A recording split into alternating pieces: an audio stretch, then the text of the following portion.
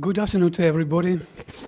It is in my tradition, well, to start all the round tables sharp at time announced, and thanks to the presence of the web here, so those who are late will have opportunity to look all the recordings here.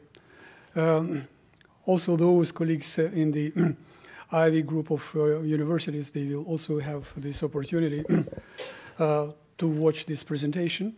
Well, I don't know if because of the weather or something, other two colleagues, they are maybe late, but I will start. I will start with the honor to present my good friends and colleagues from the United Nations, starting from the right to the left, from lady to a gentleman. One of the most experienced ambassador in our community, Ambassador Darja Bavdaž Kuret. I invite all the colleagues today to speak on the global peace and security from the prism of the regional view. The regions I invited today, they have been in trouble, like the regions Darja is representing, the Balkans, the region when the First World started and many other conflicts started. And so her experience, and you can look through the huge experience in the diplomacy, the top positions in the ministry, and now one of the leading ladies ambassador to the United Nations, a very active ambassador. So I invite her to speak on mostly on Balkans, but she's not limited, and to, well, to also to look at the problems globally, maybe to reflect the role of the United Nations, how it works generally to settle all the problems, the view on the developments in the region, if it is everything settled in the Balkans. If no challenges, this is what Ambassador will be asked for sure.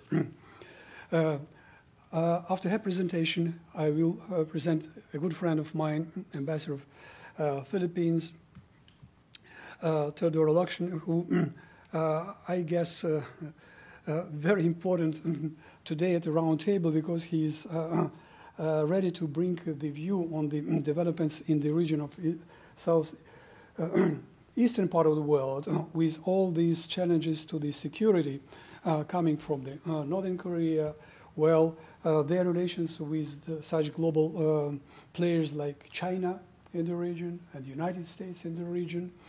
So the experience of ambassador is very important, and not only as a diplomat, but as a politician, as a writer, as a journalist, as the parliamentarian. So that's why I will represent him later. And now, Darja, floor is yours. Thank you.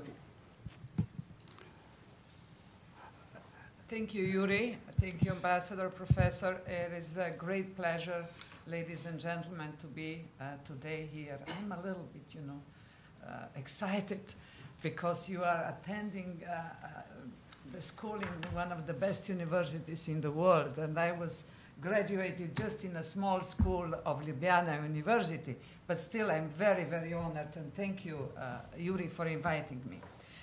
While Slovenian ambassador would speak about the situation in Western Balkans, you would say you just got out of that mess 25, 26 years ago, and now you want to speak about that. It is true. Western Balkans is for Slovenia one of the highest priority in foreign policy. Why? Because it's our immediate neighborhood, and we are interested to have stability, peace, and prosperity in the region. Second, what is very important is that we still believe that we have a responsibility to deliver what we promised when the fall of the Iron Curtain and the changes and reforms in Europe, that we are going to make Europe whole and free again. And Western Balkans is a part of Europe. And this is why is Slovenia a strong advocate for the integration of Western Balkans to the European Union, as well as to the NATO enlargement. How is the situation today? What is 18 years after the war hostilities stopped? The situation is still very, very vulnerable. I have to take that.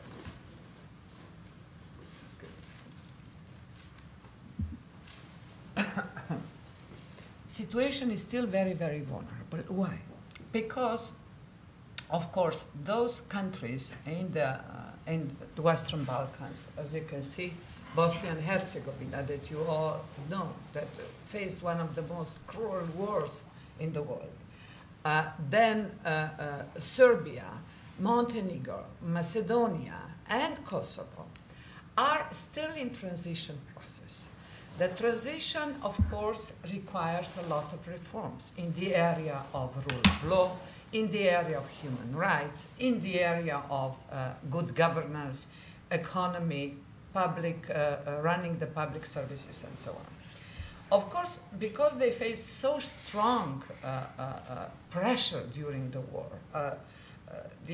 those reforms are there very slow. They put a huge effort, but also European Union and Slovenia puts a huge effort in order to encourage those reforms. I will speak about those reforms a little bit later, but let me say that when you speak about the general situation right now in those Western Balkan countries, what are the biggest problems? The biggest problem is brain drain. It started during the war, and it continues. The second is lack of perspective for young generation, job opportunities, education, and so on. The third, I would say, the need to improve economic management and good governance and rule of law. And then, of course, on top of that, you have highly sensitive political situation where you have, on one side, huge sensitivities as a residues of the war. On the other side, you have increased nationalism, especially in rhetorics. So this is a kind of a combination where the reforms are very, very difficult. My country, Slovenia, of course, became member of the European Union in 2004, the first country from the package of former Yugoslavia that became a member, and then the same year also made a member of NATO alliance. Immediately after we achieved those historic goals that it was for Slovenia, this was, like coming back to the West, immediately we started with very strong advocacy in the European Union and in NATO for the enlargement process. We believe that this is the only way that we can bring the rule of law, the open market, the human dignity, respect for human rights, plural democracy to the Balkan countries. Why? Because European Union works like that we have to agree to the common legislation that is based on those rules. And common legislation represents acquis communautaire, almost 80% of all legislations in the European Union countries. So while giving to those countries the European perspective, it means that they have to start to prepare for membership in a way that they have to adjust legislation. They have to accept the rules of free economy. They have to accept the rules and standards of human rights, of democracy, and so on. So this is the best way to make a difference in Western Balkans, because it is an opportunity to join or rejoin the European Union, join the European Union, which is today a very unique entity in the world with a common foreign and security policy, if you want, with a number of common policies. What is the most important? It's an entity of countries, 28 countries, where people are living in a very, very, very, very good conditions and standards, when they enjoy all their rights, where they are protected, where they can express themselves in different languages, in different religions, and so on. So we believe that this is the most important. Of course, there are very concrete steps that we can do about that. The European Union has a special programs for the countries that they're in the process of enlargement. And of course, the countries in the region are in different process of enlargement. Serbia and Montenegro are candidate countries, and we started negotiations with them, with Serbia in 2013, with Montenegro in 2012. With Serbia, we closed 14 out of 33 negotiation chapters, and with Montenegro, we closed practically, we opened 31 chapters and closed 3. However, the system of negotiations in the European Union works like that all chapters are opened until all are closed. So it means that we have a chapter on I don't know, on agriculture, on foreign affairs, on internal affairs, on trade, on the conditions for the trade of goods with the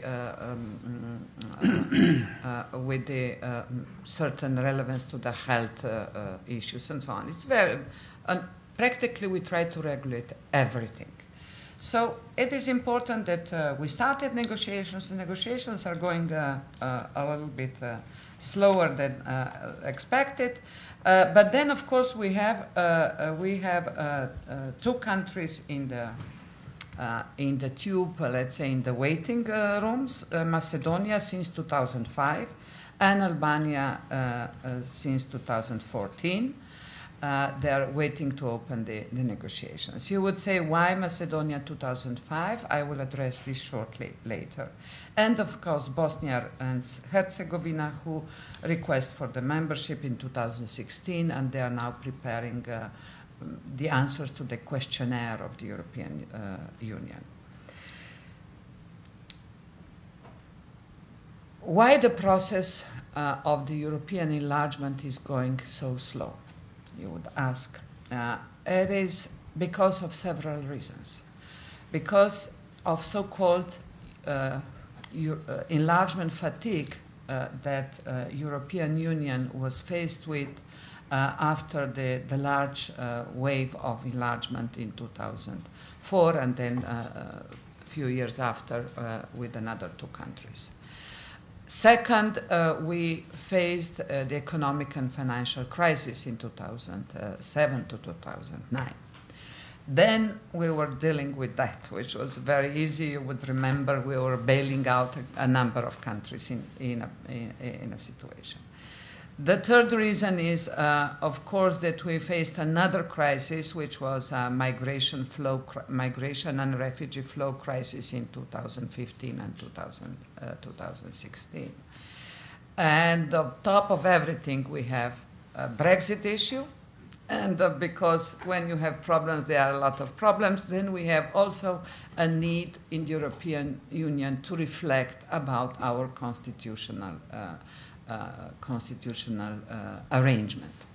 So this is the reason that, of course, the enlargement process of Western Balkans is not proceeding as fast as we would wish.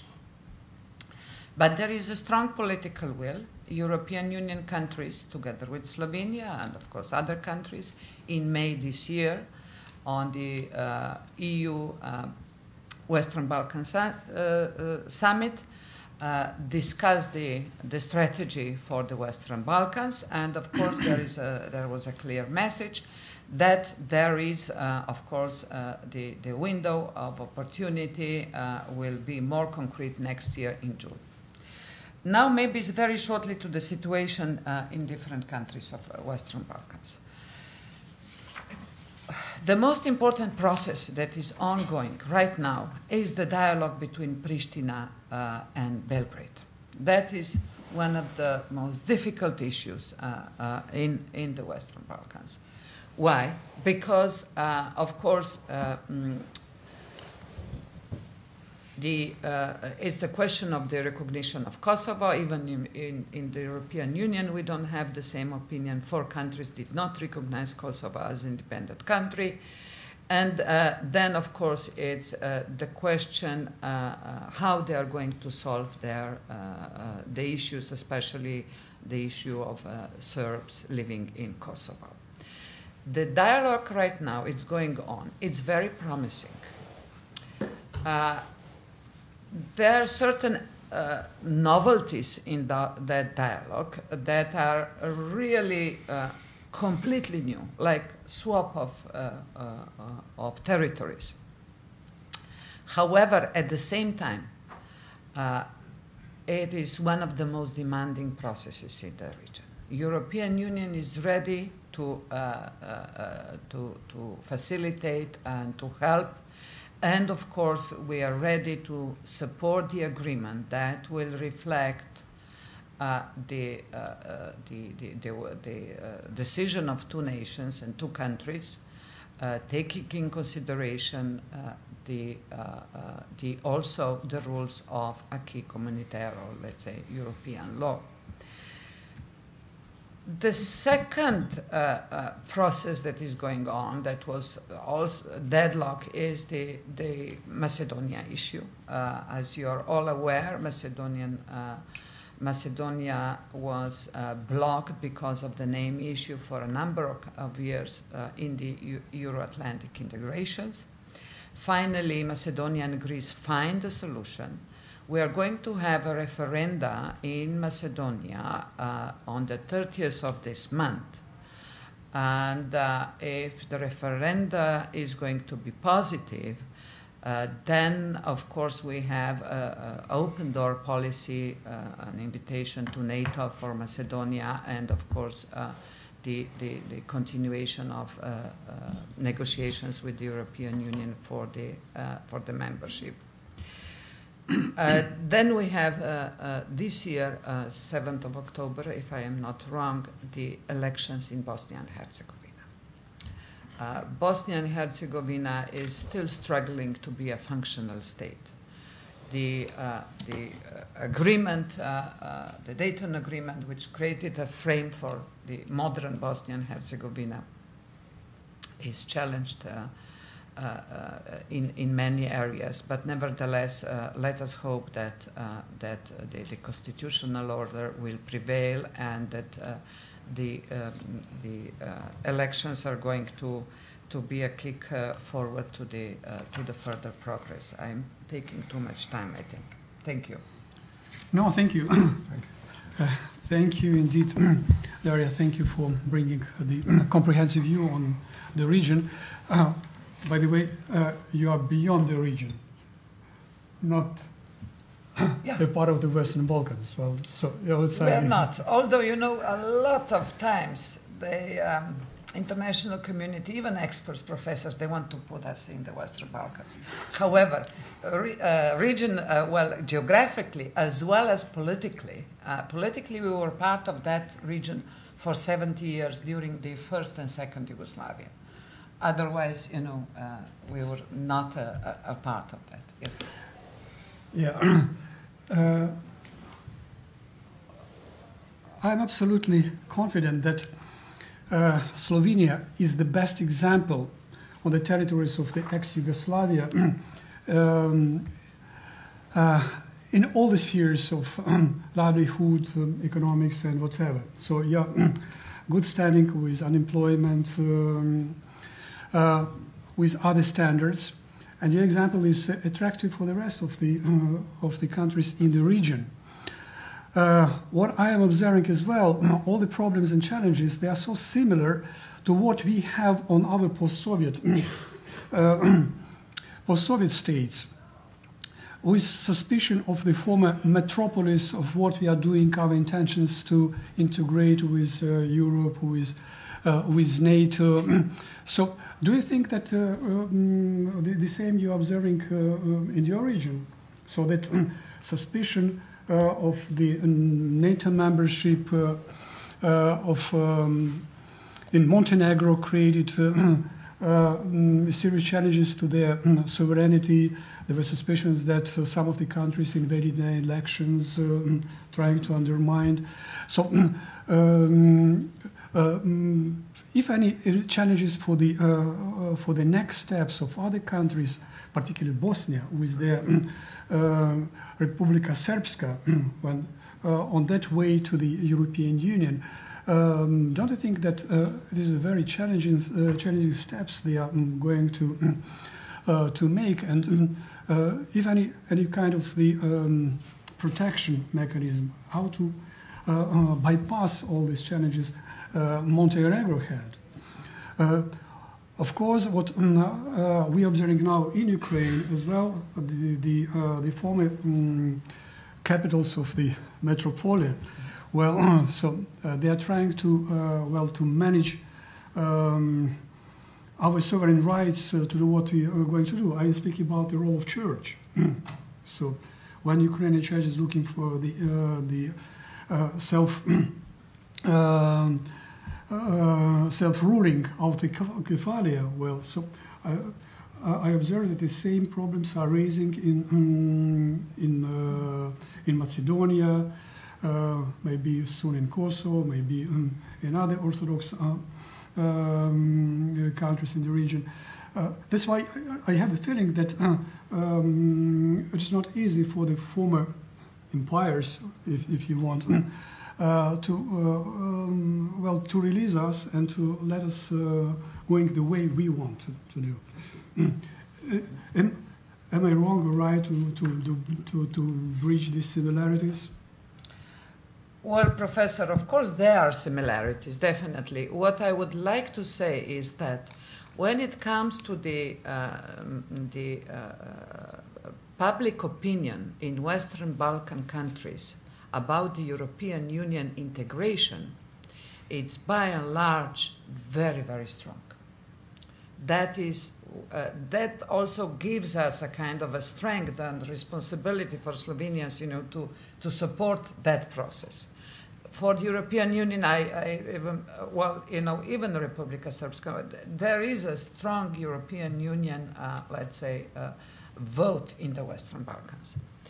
When it comes to military alliances, it's a little bit more complicated. First of all, of course, the expression of the state has to be very clear.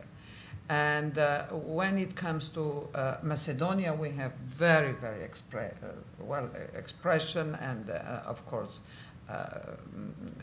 the political will, the decision to join NATO, and hopefully the process will open. When it comes to Bosnia and Herzegovina, of course, there are relations between NATO and Bosnia and Herzegovina. So Bosnia and Herzegovina is interested to have an action plan. Of course, NATO has certain requirements for that action plan for Bosnia and Herzegovina that they are yet to be met. This is right now the situation, of course. But of course, when it comes to this kind of, if you want, nation building at one side, it's very similar like in formal post-Soviet and post-Yugoslavia, because we were somehow republics, we had certain autonomy. But then suddenly we became independent states, and we had to create those states. You know, it was not an easy job. I will tell you from my experience when we started to sign we started to lobby for diplomatic recognition. And then I went to some of my older colleagues and said, how are we going to sign diplomatic relations agreements? He said, I have no clue, girl. Let's go to look in the books how we are going to do that, you know. So that is creating the state. It is a very unique historical opportunity. So all those countries, including the countries in the past, we have this unique experience of building up the state and at the same time the transition, the economic reform from socialist system to the open free market economy, from one-party system to multi-party system, from the limited legislation on the area of free of speech to the free of speech and so on. So that is, I think, the unique historical experience that we can share with many other nations in trouble, if you want to say. Yeah, thank you for that. So different experts, they have different assessments on the perception. If we are going in that way, when the Belgrade and Pristina, they are trying to find a solution, which are challenging, and I'm not asking you because all of us, we are just learning what will be the next. But what is interesting, that if Kosovo succeeds with all these negotiations, we will recognize that humanitarian intervention there was successful. I would say definitely that all interventions of international community in Western Balkans helped to bring that cruel, terrible war, because the war was not happening somewhere else. It was happening, you know, in our TV rooms, I call it, because it was happening to the people. So all interventions, European Union, NATO, United Nations, and all the systems that are still in place to monitor and to help, they enormously contributed to the peace and security and also now stability of Western Balkans. Thank you. Sorry to to raise so many questions. Do you have any questions to Ambassador? Because we will move to another region. Well. Thank you very much, Ambassador Kuret. While I really find it very commendable, the advocacy for the enlargement on the part of Slovenia, how do you see, you know, when you look back what is happening in Hungary under Orban, what is happening in Poland, Kaczynski, and the new Italian Interior Minister, Matteo Salvini, you know, they are also running your neighborhood while you are advocating, you have this advocacy for the enlargement. The other side is saying, well, perhaps we would be better off building some kind of illiberal democracy that Mr. Orban is, with the help of Stephen Bannon, advocating.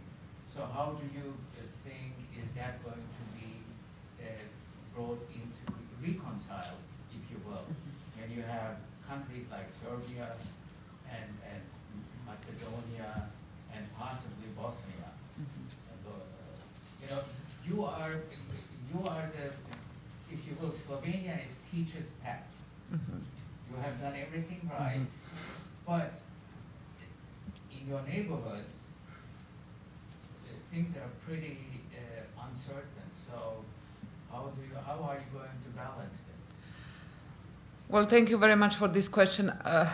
Very briefly, I would say that, you know, luckily, we have checks and balances.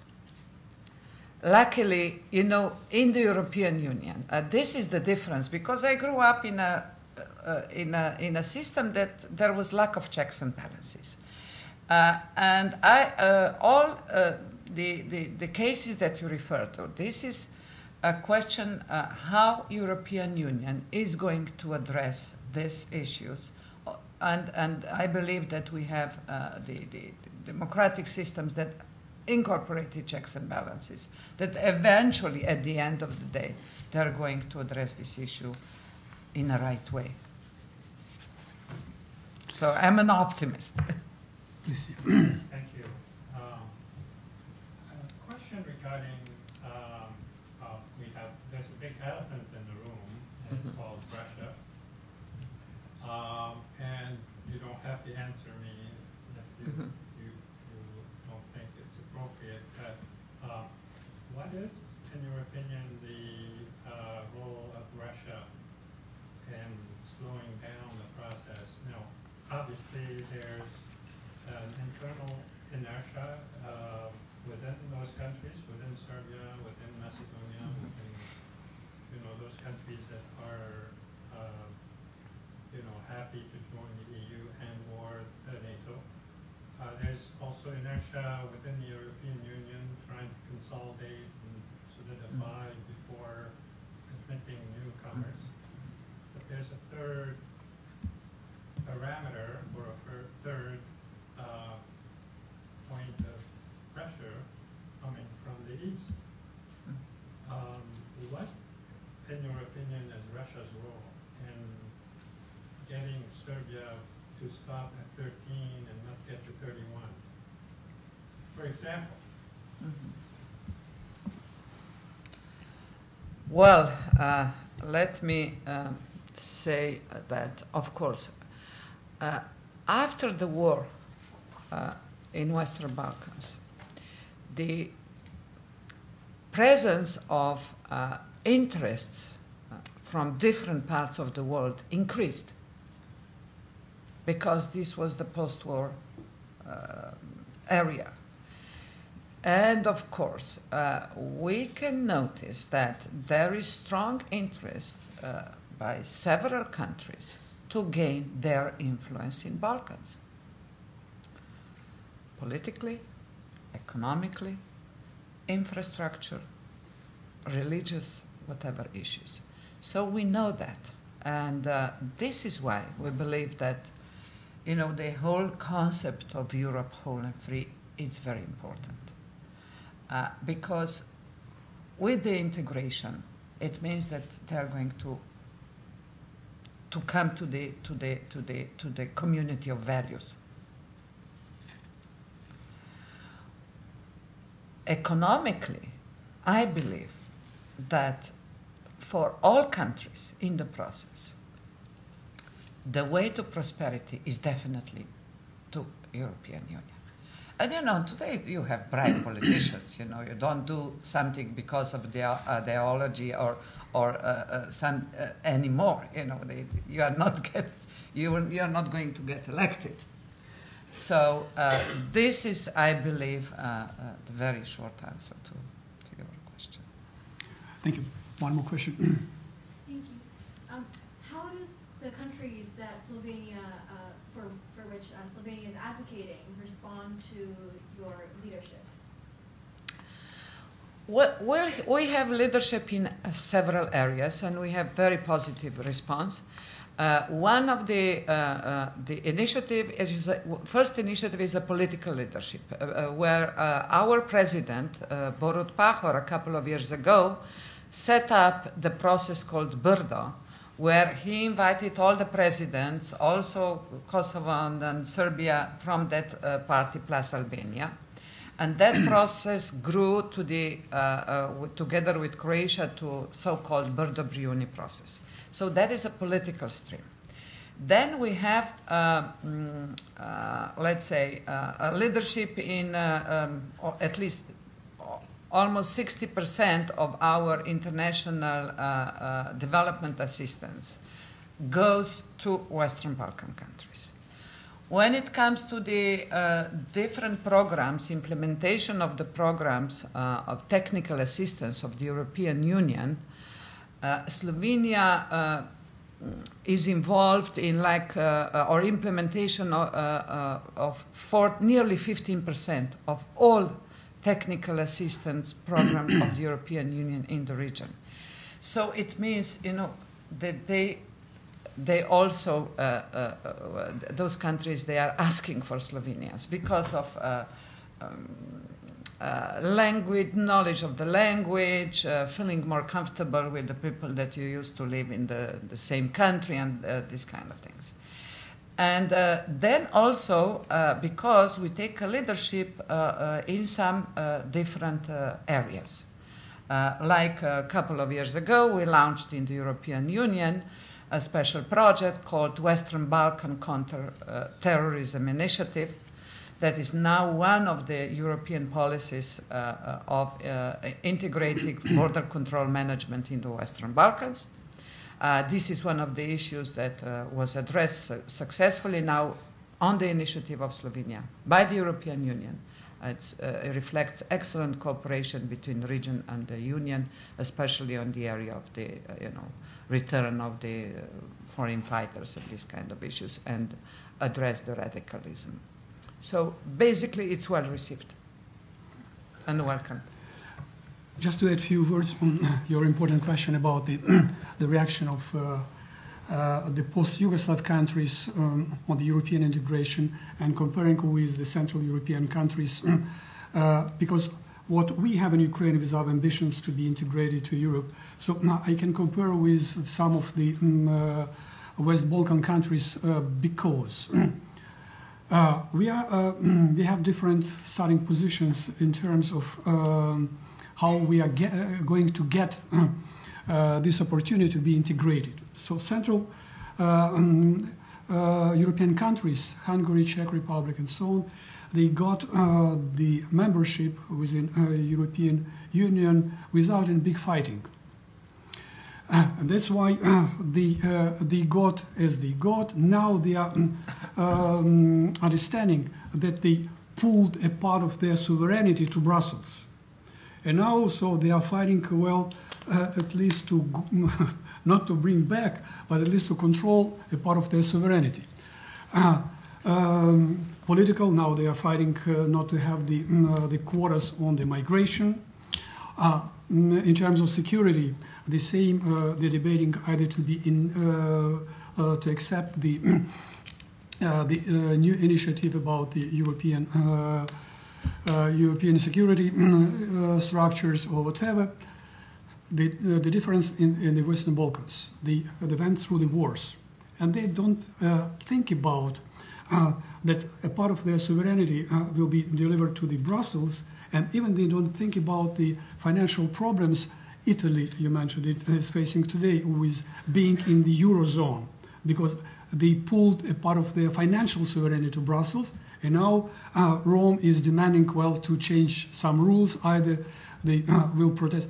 So we do not think about that, because we are comparing the system generally, holistically, with what we emerge from and what we can be brought back. So that is why most probably all these issues will come when they are members, and we'll see how things will be developing in the European Union. If European Union understands well the problems and the challenges and the questions coming from all these new countries, and all countries, Italy, something should be done in all these spheres. And the way the sovereignty were collected from the capitals should be returned to them in other way of management.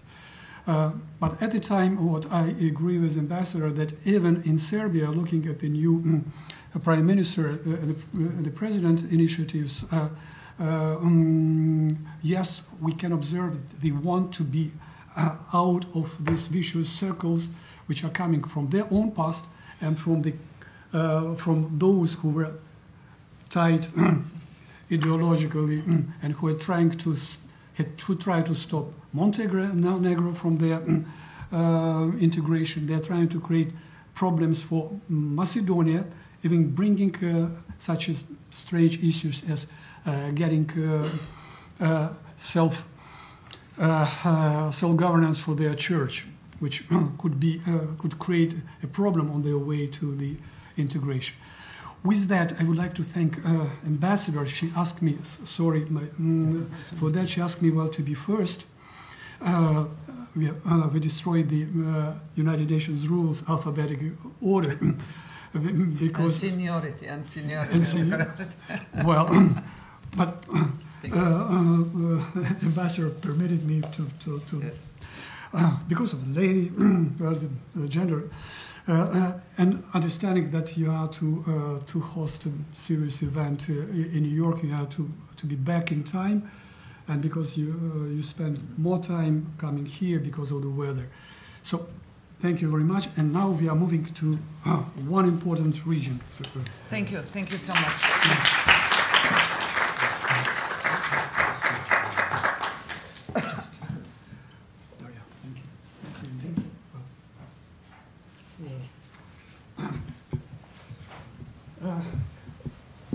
Somebody said the table is not so round, but we are trying to embrace all of you, well, to have a vision that it is round.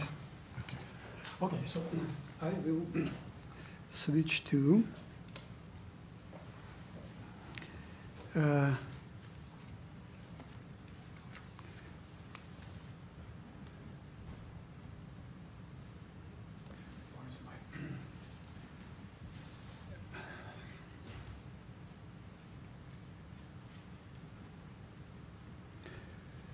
so now we have a short presentation, yes, or whatever, okay. Because the region is much bigger than the Western Balkans. Ambassador Teodoro Locsin. So here, everything about him. He was the big manager in the biggest media in his own country. He was in parliament. He has the degrees from Harvard. He has a degree on the laws. It means that he knows everything. And now, of course, he will be attacked from our side because the region...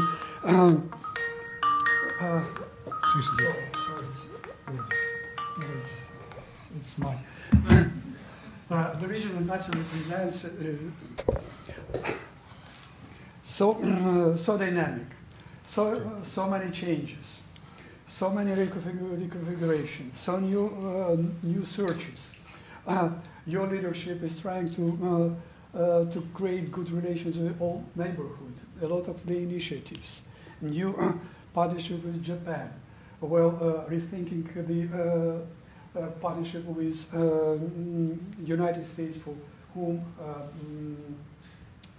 with whom Philippines has a special relations beyond NATO. So China's active role, if not aggressive role, in the region, challenges to the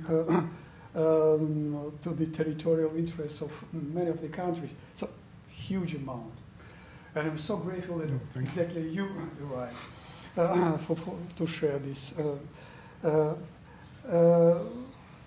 Northern Korea is a bit far from you, but if you may share on something about a common vision on what is going on there, I will be helpful because, well, Ukraine used to be one of the biggest nuclear powers, at least in terms of the quantity of the rockets there in the past. So. Ambassador, well, yeah, welcome to take a floor, and we are listening. Yeah. It's a sprawling subject, but it will be a short presentation. I'd rather read it so that it can get as clear as possible. The fox knows many things, but the hedgehog knows one big thing, said Isaiah Berlin. We know what the fox is. He is the uneatable chased by the unspeakable on horseback.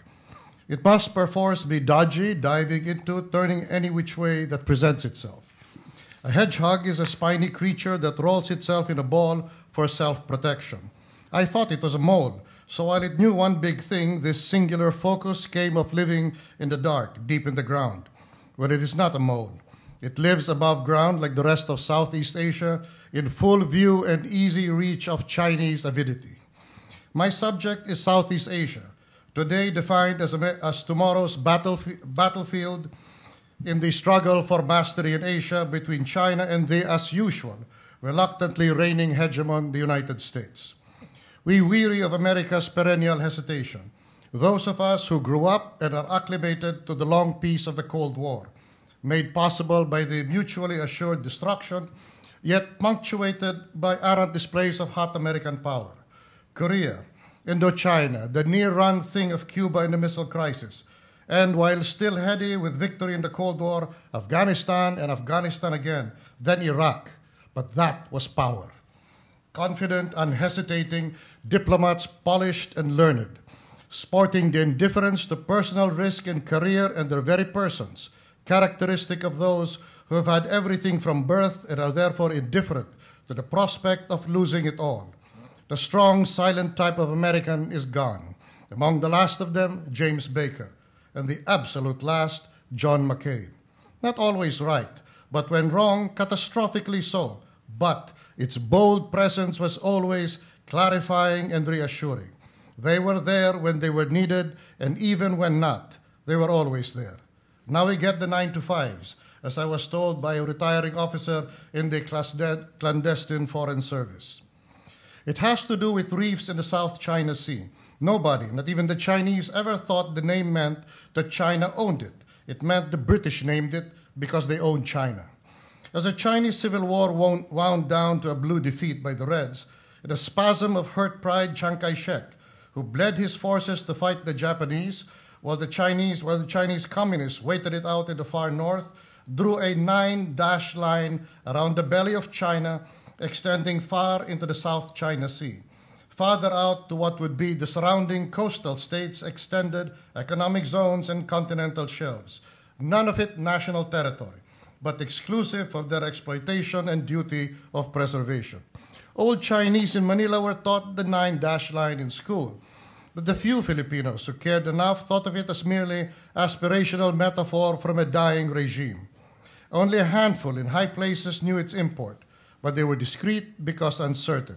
And so very quietly, Philippine presidents sent armed forces quietly to occupy islets and reefs in the South China Sea closest to home. Unfortunately, closest to one's home was also proximate, if not equal, to another's. The occupation spread without fanfare or much notice. It wasn't grabbing because you weren't taking anything from anybody. These were res nullius. There was no one in those places, or rather features, as the Hague Tribunal later labeled them. Features yielding 12 nautical miles if they jutted above water at high tide, and none at all if they stayed submerged. In any case, not entitled to continental shelf or exclusive economic zone. A more technically precise explanation is in the 2 volumes I'm leaving behind for the library. Later, the new China we now know took one of those reefs from us and dredged and dumped sand in it to keep it above water, habitable in a complicated and expensive way, and weaponizable, term we invented. China hopes it will qualify as an island generating a 200-mile exclusive economic zone eating into ours, and a continental shelf that we will include all of us. China claimed it by ancient right. Yes, sure. Ancient like the day before yesterday when they dredged it up. Chinese historiography is inextricable from wishful thinking geography. Shortly before the U.S. invasion, Vietnam seized features once taken by France and never abandoned. Maybe they're still French. Vietnam did it again after the last U.S. chopper took off from the embassy, and then they turned around to knock out the Chinese army in the north.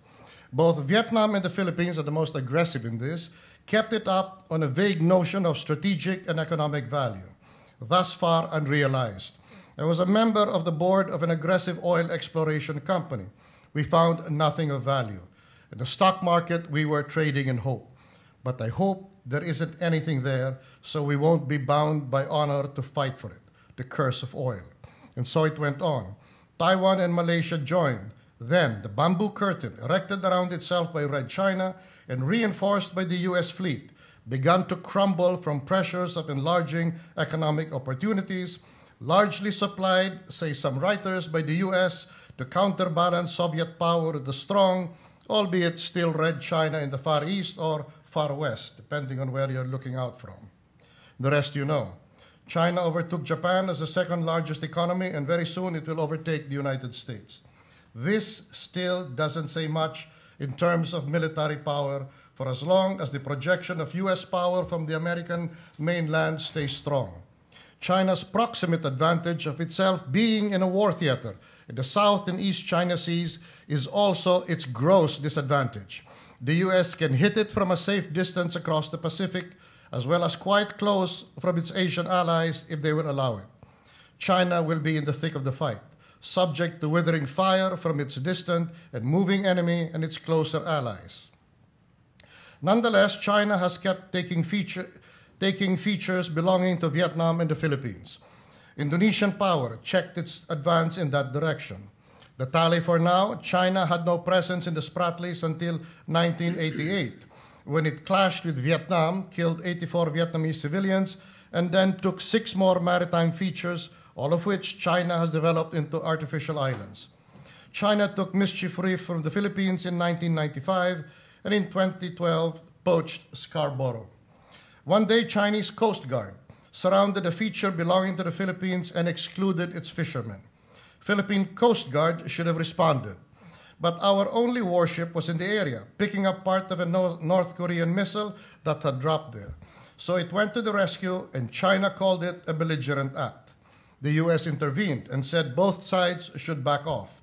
The Philippines did. China did not. Without being asked to explain its uselessness, the US said it is only interested in defending freedom of navigation. This encouraged China. But then Obama was mostly pro-Chinese, unlike the Republicans before him. Hillary did better.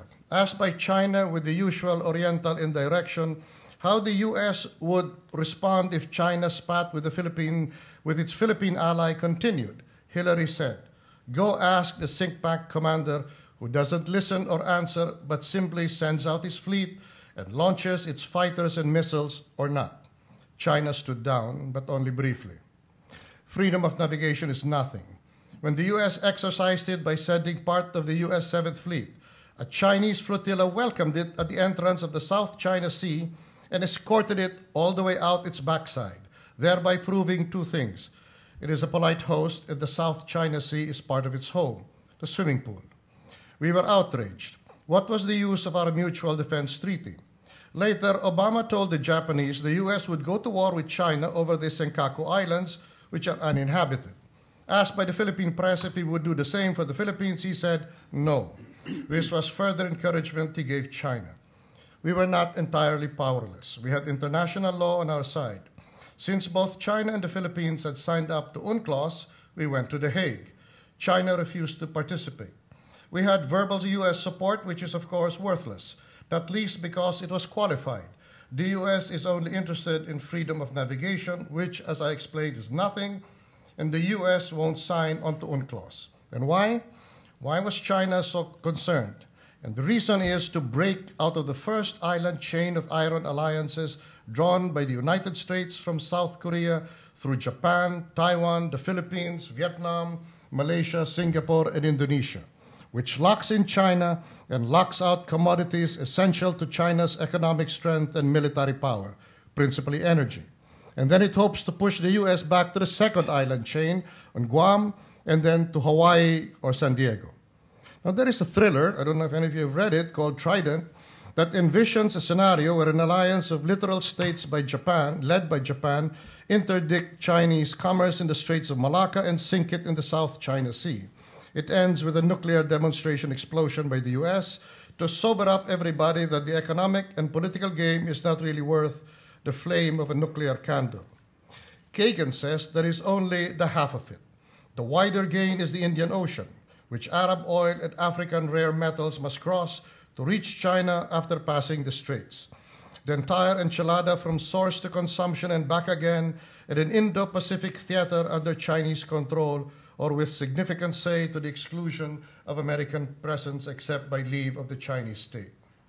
The question for my government, the government succeeding the one that won The Hague, was whether to keep banging our head against the Great Wall to the applause of a useless power and forego the benefits of Chinese trade and credit, or play along with it. I myself am still puzzled. I asked a Central Asian ambassador, knowing the Tans are menaced by Russia and China. He said, "What do you do if a bear is running toward you? Do you run?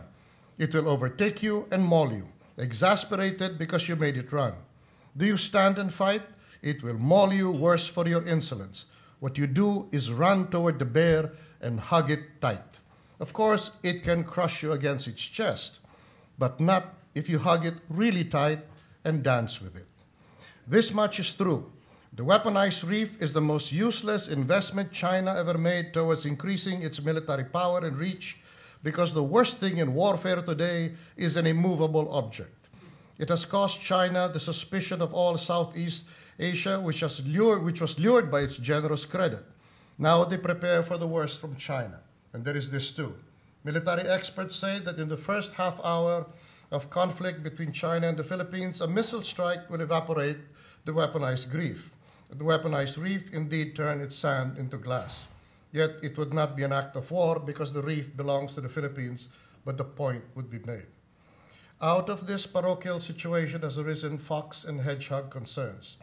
Does the U.S. preemptively strike down Chinese aspirations in the Western Pacific with a hedgehog focus, or does it weave in and out of situations generated by friendly and hostile relations between China and the United States, like a fox chased by the uneatable?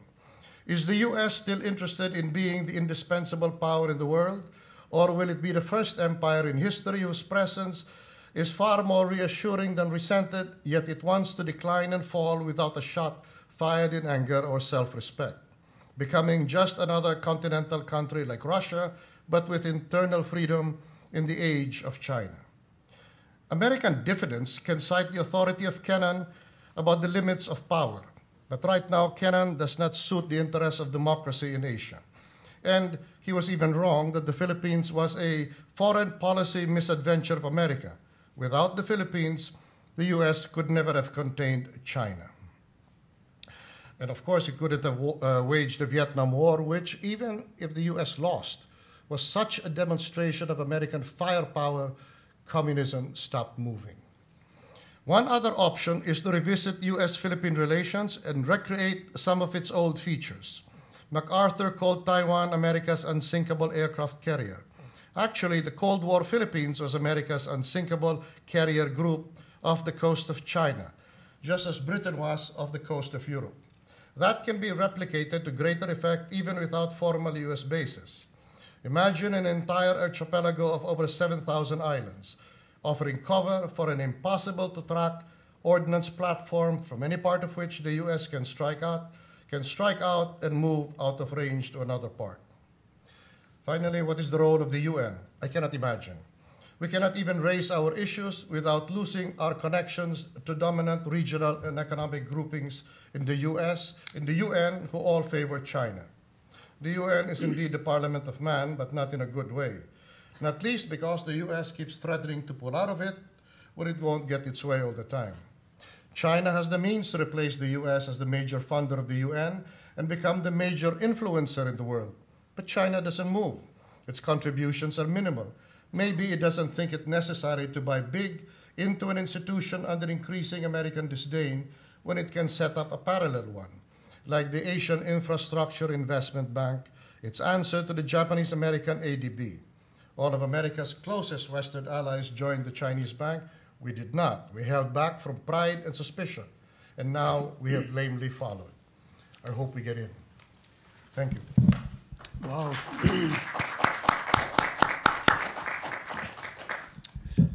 Well, Teodoro, thank you. No, thank you. Unexpectedly, because you were so open in some assessments, and you give now the chance to the audience, well, to raise a lot of questions, because, again, you touch upon very comprehensive problems in the region involving big players, global players, and I open the floor for your questions. Then I will have my comments. First, I make this is my views. My government now is reaching out to China, and at the same time it gets mad at China whenever. Lately, I think Chinese fighters started to harass Philippine planes, and so the president got angry. There is a Filipino-Chinese expression. They call it suntuk yakap, hit, embrace, hit, embrace. Chinese merchants use that because, well, you know, they're a minority. And the way to survive as a minority is to, well, embrace the guys who are the majority and then hit them where they overdo it. So, me personally, I understood. Just an Asian thing. Me personally, I understood that in your commands on some big players, you performed as a scholar, as a lawyer, as a journalist. Well, so we accept it is like that. So, your questions, please. Yes, thanks so much. Great talk. I'd like your reference to the parallel influence mechanism to the United Nations that China has devised, including bilateral loans, obviously, that are, don't know how they're documented, pursuant to what law, hopefully not Chinese law, that are subsidized, really, free loans for now. Now, I know the Philippines has projections, has not taken as much as it could, as you could. But then now, China has a different way of cajoling and influencing, and that's through joint oil explorations and joint ventures. And so now it's, as opposed to being the lender of last resort, it's now the partner of last resort. What do you think about this idea of joint venturing with China on oil exploration?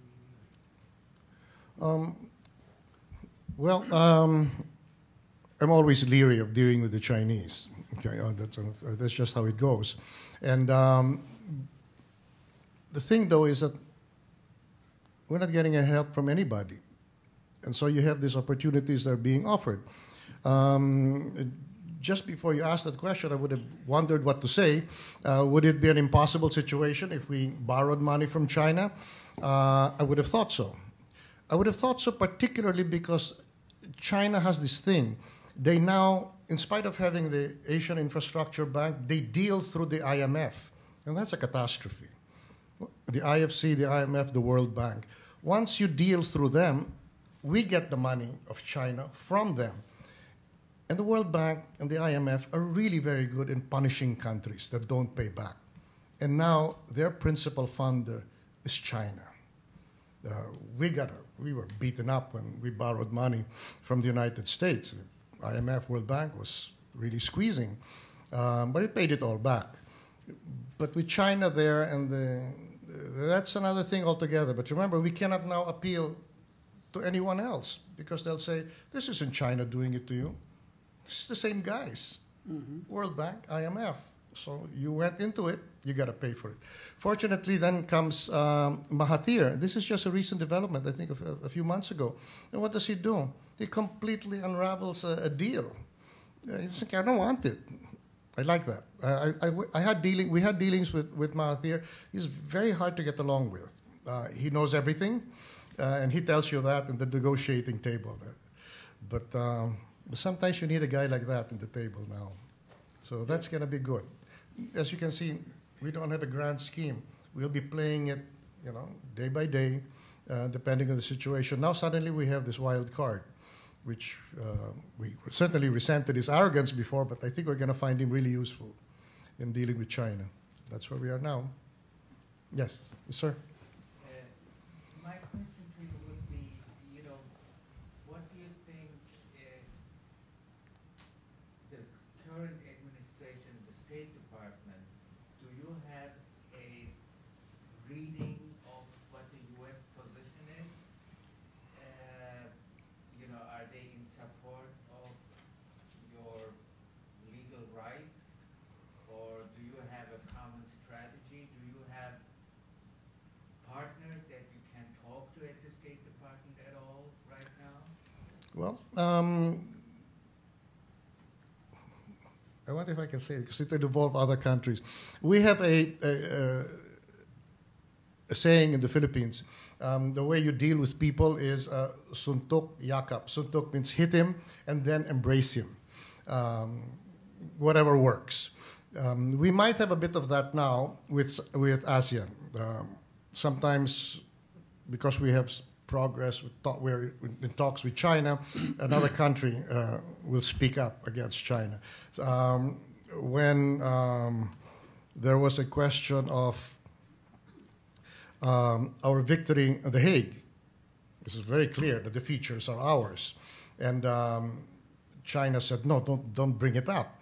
So, they said, because we're negotiating this, we're trying to come up with an amicable settlement, bilateral.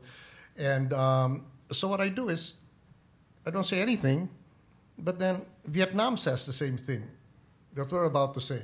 So Vietnam says, and then China says, right of reply.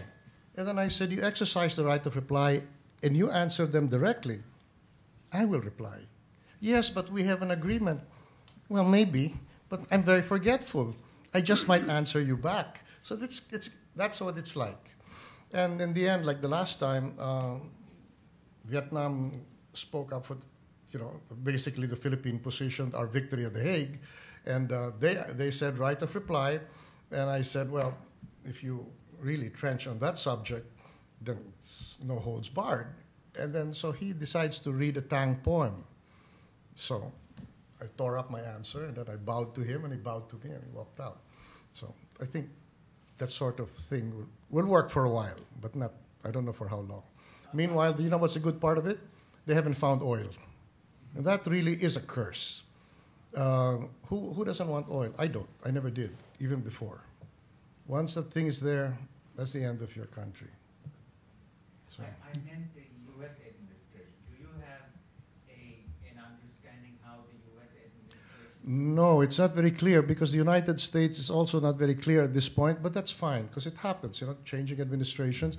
We're rather hopeful with President Trump. He can get aggressive, but right now it's not sure where we stand. So we'll just stand on our victory at The Hague, which clearly said these features belong to us. We have the 200-mile economic zone. These are reefs. They only generate, at best, if they're permanently above the surface, 12 nautical miles. What the Chinese did was they poured sand. It took a Filipino businessman to supply the sand and covered a reef and created an entire weaponized island. It can land bombers. It has missiles, it has radar, it has everything. Jesus. But that's, they said it's an island. But it's very clear that if it wasn't an island before, it's not an island now. So I was, when I was with the SINCPAC, it was pretty clear that having those weaponized reefs now close to the Philippines as a projection of Chinese power from the coastline is not all that great a deal. One is it cannot move. So in the event, I think I won't ascribe it to anyone, but a commander said within the first 30 minutes of a conflict between the United States and China, that weaponized reef will be turned to glass, because a thermal bomb will simply turn the sand into glass. And that's all it takes, 30 minutes. They're helpless. Why did China get it? There are two reasons. One is that you need to lay a submarine cable which from China to the reef, which gives out the profile of a submarine or a battleship or whatever it is that moves. I saw this myself over at the CIA about 30 years ago. I think it even comes out in a movie. The profile of a battleship comes out the minute a battleship's engine starts anywhere in the world. Well, who cares about that now? That's what somebody said. You just irritated a possible ally in the Philippines to lay this cable that will draw a profile of whatever's crossing. But that's what they've done. As I said, it's completely vulnerable. Whereas 7,200 islands of the Philippines, with what the United States Navy thinks was a bad deal, they bought small ships, fast-moving ships, that can fire 2 or 3 missiles only. They're very vulnerable. If you fire a gun at them, I think a bullet will go through, but it doesn't matter because there's so many of them. And they can hide among all our islands, 7,200 islands. Fire from any of them, you'll never know what hits you. So the reef they weaponized is worthless. And on top of which, if the U.S. were to respond and hit those reefs, say in a moment of anger, it's not an act of war against China. We said it's ours. So they just blew up our reef. That's fine. So that's the situation we're in now. Your turn, lady. And then yes. Thank you. So my question is about the approach of the government of the Philippines regarding security.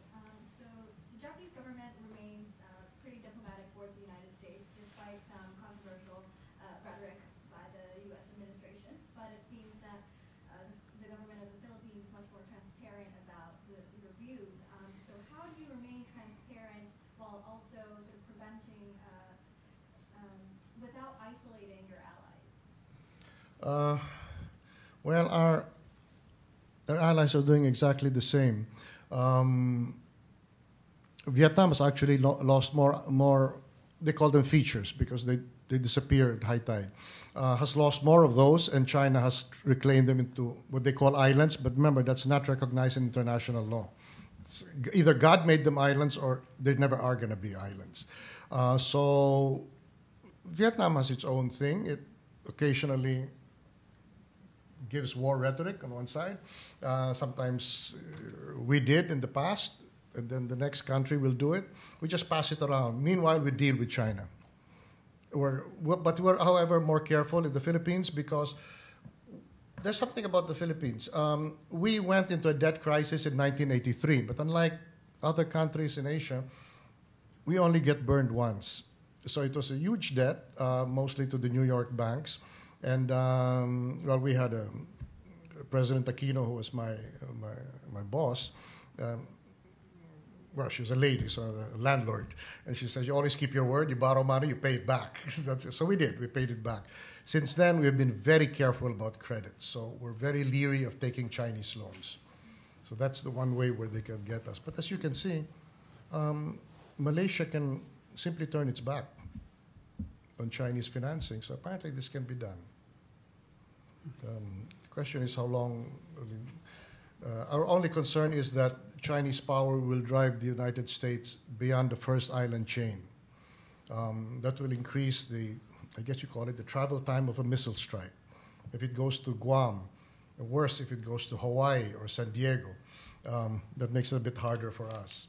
So, and then the whole thing really turns on, it happens in American history. It's not really an imperial power. That's why we call it an empire of liberty. It's there, and then suddenly it doesn't feel this sense of possession. If it doesn't serve a good purpose, they'll pull back. This is what we're worried about, that they pull back. So, and so far, we're there. We're waiting for another. Well, perhaps this administration will eventually decide that America wants to come back in full force into Asia. please. I can follow up on these questions of U.S. involvement. It seems to me that the Trump administration has made the Indo-Pacific strategy a bedrock of their involvement in the Pacific. Secretary Pompeo has given numerous speeches about the Indo-Pacific strategy. He has very senior level officials working on the strategy. My questions are twofold. A, do you think the Indo-Pacific strategy represents the beginning of a sustained U.S. commitment to security, strategic stability, and balance in that area? And two, the Indo-Pacific strategy is counterintuitively based on a rules-based system of international values, rare in this administration that disdains multilateral institutions. Do you think that such a rules-based approach to security in the Indo-Pacific is the right way to go about it, or should the U.S. take a more balanced power approach? The right name of this initiative is like that. Indo-Pacific, yes. Economic view. The Indo-Pacific economic view.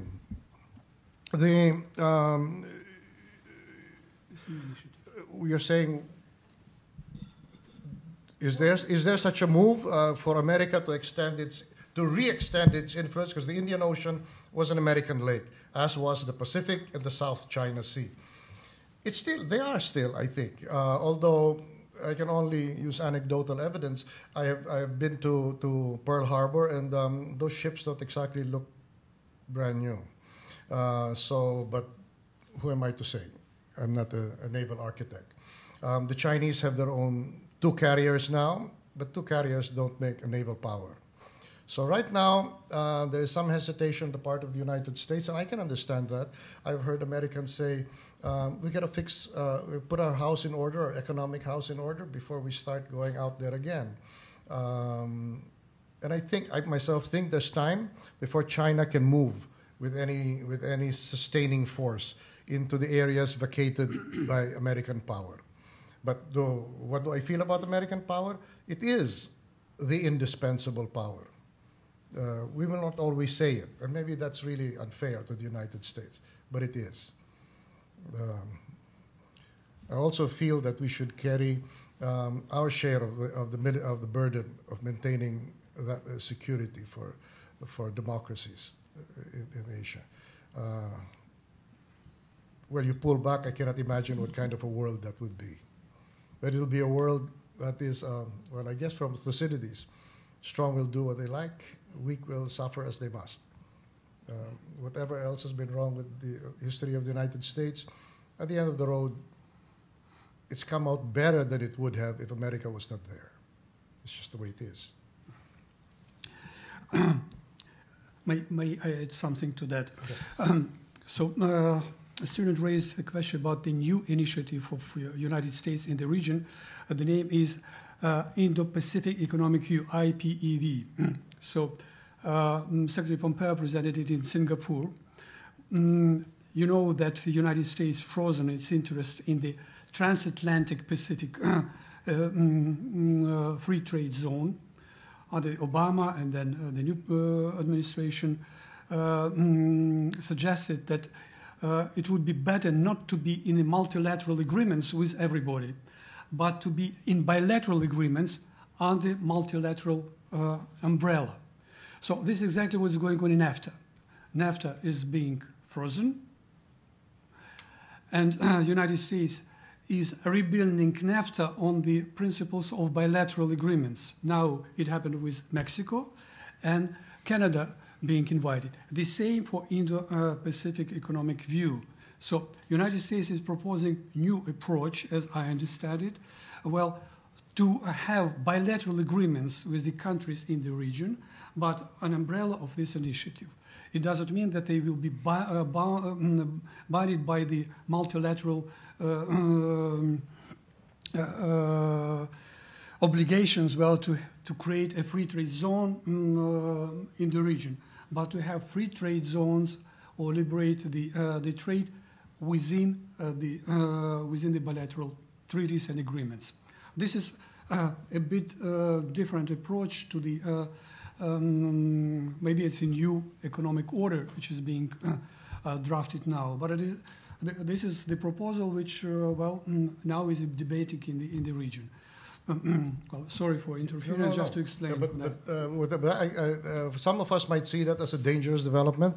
We take refuge in multilateralism, not something I'm particularly crazy about, but right now the Chinese are saying, no, this thing should always be bilateral. You deal with us on the reefs that we stole from you, basically. Don't bring in outside parties like the international the ICJ, Court of Justice. We'll just do it ourselves. Problem with that is you're dealing with an elephant. Actually, it's an elephant with teeth in the room, and you're the pygmy. So we'd rather keep it multilateral. Yeah. Thank you. But then you have, if the U.S. comes up with these initiatives of regional arrangements to the detriment of multilateralism, and the problem with that is, what's to stop the Chinese to say, how about us? By the way, we're much nearer you than they are. And our fleet is just there in the harbor. The big guys, they are playing the role they want to play. So, and for China, if it is, well, good for them to be in the multilateral, so they are moving to the Central and Eastern Europe and joining so-called 16+1 initiative, when they are investing in the Central and Eastern Europe, well, very easily, not bilaterally, but multilaterally there. When it comes to the bilateral interests, so they are doing that. So, and to contribute to your presentation, when, well, again, I found a lot of the similarities between what the big different bear is doing in the region and what another big bear is doing in our region. So there is no exact remedy, only the natural observation that for 7 months in the year during the winter period, the bear is sleeping. And it's most probably a good time for us to escape. Right, yeah. Looking at the reefs, I found it's good well, to demonstrate something to you, because it's very similar when you said about the sand to be brought to the reefs. Yeah. Why China needs these reefs? We know that China is a big country on a small territory. They need more space for enlarging population and so on.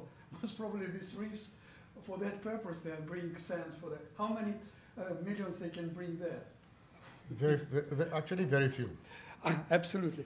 It doesn't have its own water. Russians started to do the same in the Kerch Strait in Ukraine, bringing sand and to enlarge the space there, well, to enlarge their economic zone there. They annexed our Crimea not because they need more territories. They have a lot of their own.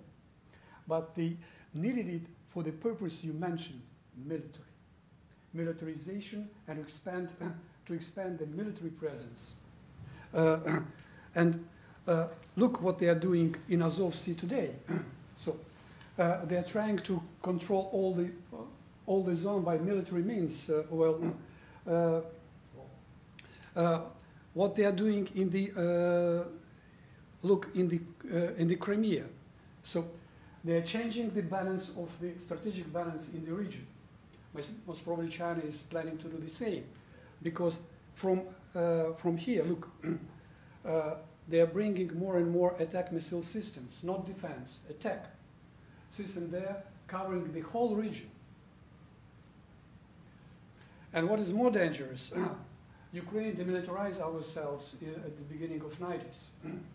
Well, they are bringing nuclear carriers there. So, and I find a lot of the similarities, and because their interest is just explained by their leadership, that Ukraine is Russia's enemy and must be broken apart and absorbed. So this is what is declared by the leadership. So, but this is another story which Ukrainian ambassador planned to bring here, but so he texted me that because of the problem of traffic, he's not here. But my observation is that we have two guys, big guys, on the permanent seats who are behaving in a very strange manner, dissimilar manner, very aggressive manner. Well, and trying to expand their zones of interest. Even these zones never been in their historic frames.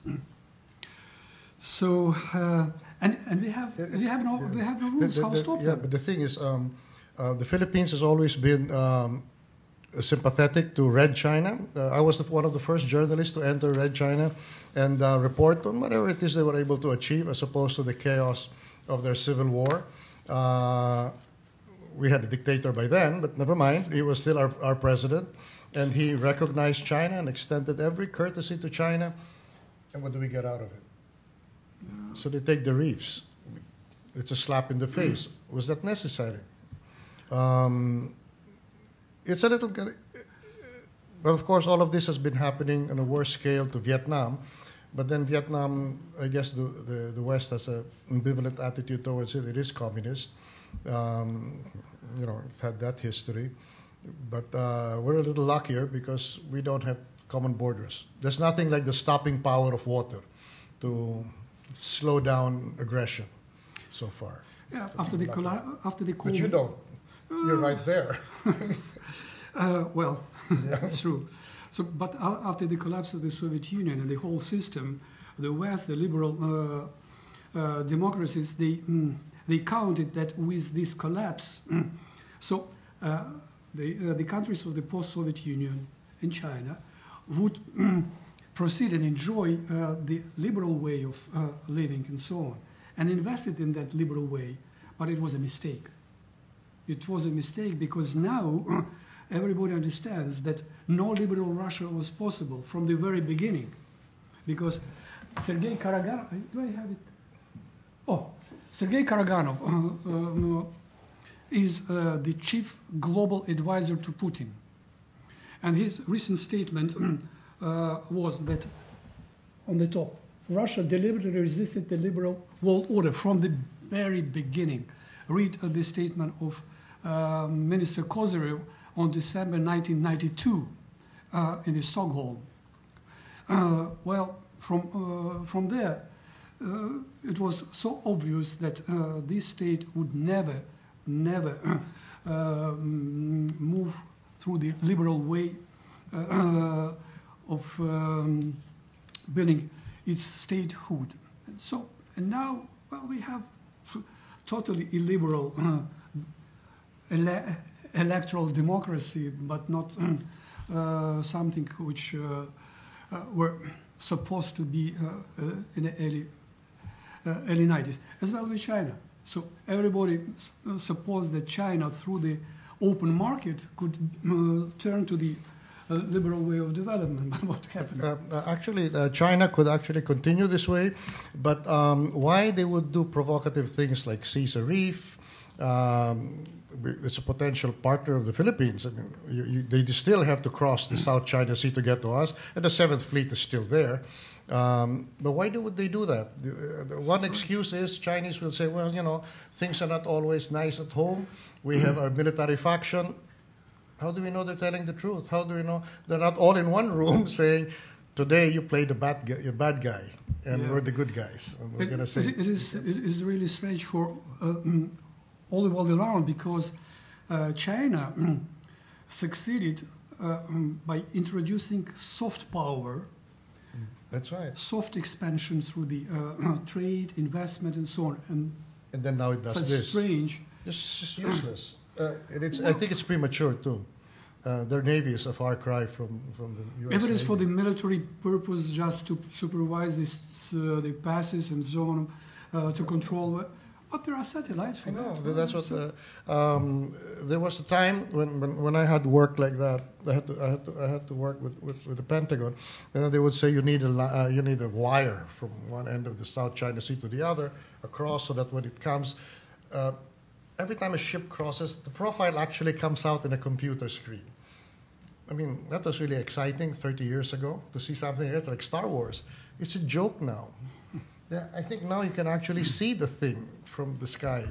So I don't know why China had to do that. That's the only explanation for the taking of the reef, to lay a cable to identify the ships. Apparently, this is done anywhere.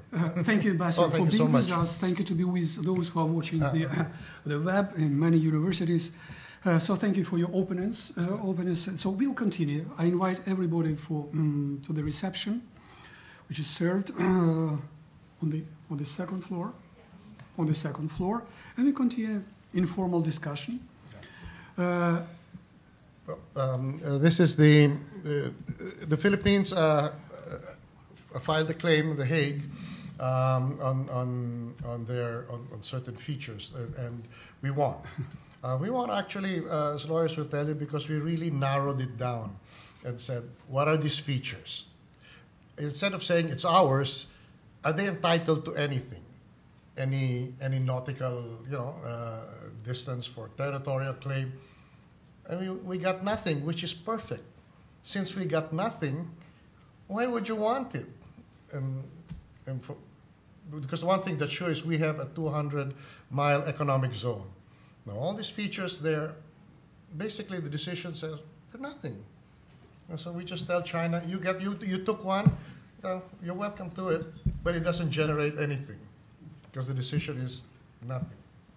So you are That's bringing what we as a have. gift. That's right. So Yeah, yeah. thank you. So one will go to the big library, and another will be in the library of the Macmillan Center. Thank you so much. Thank you very much for your attendance. So.